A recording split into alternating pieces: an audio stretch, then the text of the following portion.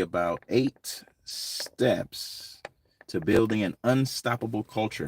And in my opinion, this is something you can do not just in your business, but in your personal life, whatever it is that you're working on or building. 8 steps to building an unstoppable culture, because I am assuming that whatever it is you're working on or building, it's not just for you. There's other people involved. So again, it's a culture that we want to build to make sure that everybody's on the same page, right? One team, one dream. Let's get into it. Number one, your energy.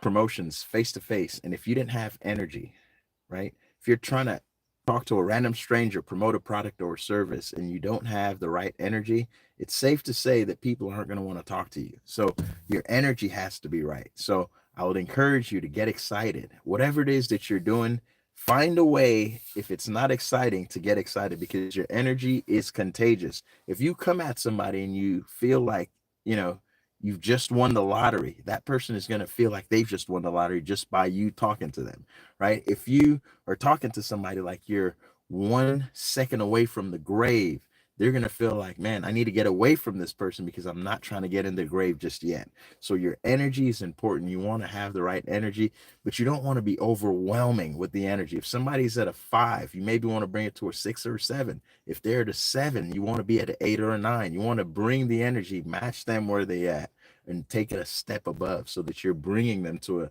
different experience, right? Number two, you got to have fun. I don't care what it is that you're doing. Sometimes people don't even want to have anything to do with what you're doing because it's just so boring. So whatever it is that you're doing, I have fun with insurance, to be honest with you. Sometimes the ways that I might have fun may be different from the ways that you might have fun, but for my job, insurance is not a fun topic at all to really be talking about.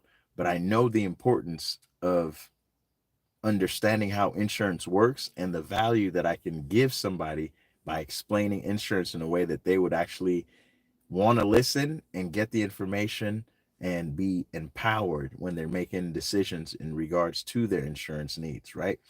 Number three, learning and growing. In order to you for you to have a culture of people that are going to follow you, that are going to build, that are going to do the things that you expect them to do, then it's important for you to be learning and growing yourself so that you can become a better teacher, right? The things that you expect your people, your team that you're building, your culture that you're developing, what you want them to do, you want to be able to lead by example. So again, you want to be able to lead, learn and grow so that your team can see that. Number four, recognizing accomplishments. Sometimes some people feel like the things that they're doing aren't worth recognition, right? But that could be so far from the truth, because if you, as maybe the leader that's building a team, an organization, decide that, look, everybody that does this simple little task, even if it's not necessarily moving the needle so much, but the fact that you took initiative to do the task, you get a ribbon, recognition ribbon, a pin, whatever it is. I don't care. If you start giving recognition to your team, you're going to find more people saying, you know what? I want that recognition too. So let me do whatever it is that John did, right, to get the recognition. Let me do the same thing so that I make sure that I get that same recognition. And believe it or not, some people, not me, but some people actually like recognition more than they do compensation. So if you're missing recognition in your organization and the culture that you're developing, you might want to consider that. Personal production, like I said earlier, with learning and growing, your people are going to be watching you. Personal production, your people are going to do probably 50 to 40% of what you do. So if you want personal production to happen in your team, in your organization that you're building, I would recommend that you show them how to do that by doing it yourself. If you're not leading by example, you can't expect them to follow something that they're not seeing. They can't model that. That's why it's important for you to make sure that you are personally producing, and then your team can see what you're doing and you can expect the same from them, or at least 40, 50% maybe, right? Promoting in your organization. I don't care what you're doing. Again, if you are in school, for example, right? Preschool, you want to get promoted. You don't want to stay in preschool forever. When you get to, middle school, high school, college, you don't want to stay a freshman forever. You want to move up and then get more knowledge as you go. whatever you come in with as a freshman, by the time you're getting ready to graduate, you would have accumulated so much more. And it's important that you accumulate. Don't just go through the motions of spending time there, not accumulating anything, and letting time be wasted. Instead of learning, you're just existing, right? So whether it's school, whether it's work, whether it's personal, we all have time that's being invested into an activity. Let's make sure we're getting the most out of that activity, right? Get to the events. Get to the events. I can't stress this part enough, because a lot of people feel like, hey, the event should come to me. I'm at home and I don't have time. I don't have money. Things just don't fit in my schedule. Well, with the technology and the information that's online today, there's no reason for you not to be seeking that information. With Zoom and all of these different tools that are available, there's no reason why you shouldn't be able to get on a meeting, right? Even if it's not around the corner, even if it's not in your city. Zoom allows people to connect all over the world. Forget all over the country, all over the world. And you can take advantage of that tool in particular to just be almost anywhere that you need to be to get the information. So there's no excuses. You can't make money and excuses at the same time. You got to pick one and go hard, right? Some people have chosen to go hard on excuses. I want to go hard on making money so I can help other people, help my family, and move on, right? Forget excuses.